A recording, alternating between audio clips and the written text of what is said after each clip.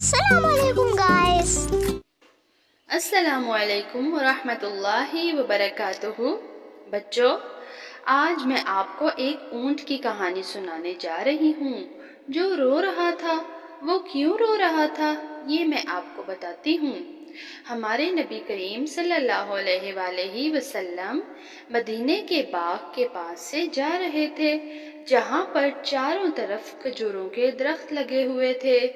ایک طرف سے گزرتے ہوئے آپ صلی اللہ علیہ وآلہ وسلم کو ایک عجیب سی آواز سنائی دی، جیسے کوئی رو رہا ہے۔ آپ صلی اللہ علیہ وآلہ وسلم نے آس پاس دیکھا، کوئی بھی نظر نہیں آیا، اور آپ صلی اللہ علیہ وآلہ وسلم آگے بڑھ گئے۔ مسلسل رونے کی آواز آ رہی تھی اور آگے بڑھ گئے۔ ایک طرف بہت سارے پتے جمع تھے اور ان پر ایک اونٹ بیٹھا رو رہا تھا جو کہ بہت دبلا پتلا تھا۔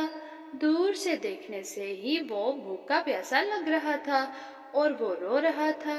پھر پتہ ہے بچوں کیا ہوا؟ آپ صلی اللہ علیہ وآلہ وسلم اونٹ کے پاس گئے، اس کو پیار کیا، اس کی کمر پر پیار سے ہاتھ پھیرا۔ بچوں، آپ کو جانوروں کی باتوں اور آوازوں کی سمجھ تو نہیں آتی نا، لیکن نبی کریم صلی اللہ علیہ وآلہ وسلم اللہ کے پیغمبر تھے۔ آپ صلی اللہ علیہ وآلہ وسلم اللہ کی اجازت سے پرندوں کی، جانوروں کی اور سب چیزوں کی باتیں سمجھ لیتے تھے۔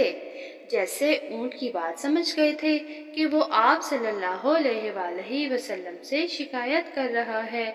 ہم تو نہیں سمجھ سکتے نا، لیکن آپ صلی اللہ علیہ وآلہ وسلم تو اللہ کے پیغمبر تھے اور اسی لیے انہیں اللہ کی اجازت سے اونٹ کا رونا سمجھ میں آ گیا۔ تو آپ صلی اللہ علیہ وآلہ وسلم نے اونٹ کو اپنے گلے سے لگایا، پیار کیا اور پھر پکارا، کون ہے؟ کون ہے اونٹ کا مالک؟ رسول اللہ صلی اللہ علیہ وآلہ وسلم نے بار بار زور زور سے پکارا۔ آخر کار دور سے ایک آدمی بھاگتا ہوا آیا اور بولا، میں ہوں اس کا مالک۔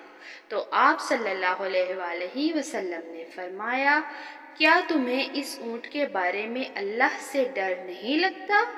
تم اس سے بہت سارا کام تو لے لیتے ہو لیکن اس کو کھانے کو کم دیتے ہو۔ تو بچوں، جب اونٹ کے مالک نے آپ صلی اللہ علیہ وآلہ وسلم کے منہ سے یہ بات سنی تو اس کو بہت احساس ہوا کہ اس سے کتنی بڑی غلطی ہوئی ہے۔ تو اس نے فوراً نبی کریم صلی اللہ علیہ وآلہ وسلم سے معافی مانگی کہ وہ آئندہ اس اونٹ پر ظلم نہیں کرے گا، اور پکا وعدہ کیا کہ آئندہ وہ اس کو بھوکا پیاسا بھی نہیں رکھے گا، اس کو کھانا بھی وقت پر دے گا اور اس سے بہت زیادہ محنت والا کام بھی نہیں کروائے گا۔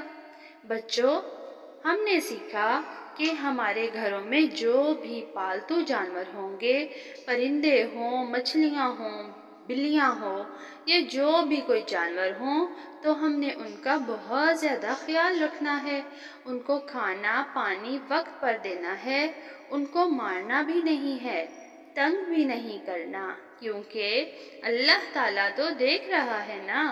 ایک اور بات بھی ہم نے سیکھی، ہم اپنے گھر کے باہر صحن میں، لان میں، دیوار پر، بالکنی میں، جہاں بھی ہمیں جگہ ملے گی، ایک پیالی میں پانی ڈال کر رکھ دیں گے اور دوسری پیالی میں روٹی کے کچھ ٹکڑے یا چاول یا دال یا جو بھی ہمیں ملے گا ڈال دیں گے۔ پھر جو بھی پرندے یا جانور پیاس میں یا بھوک میں وہاں سے گزریں گے تو وہ کھا بھی سکیں گے اور وہ اپنی پیاس بھی بجھا سکیں گے اور بھوک بھی مٹا لیں گے۔ اللہ تعالیٰ بہت خوش ہوں گے انشاءاللہ۔ تو بچوں، آج کی کہانی سے ہم نے کتنی اچھی اچھی باتیں سیکھی۔ اسی طرح اگلی کہانی کے ساتھ پھر ملیں گے۔ اللہ حافظ۔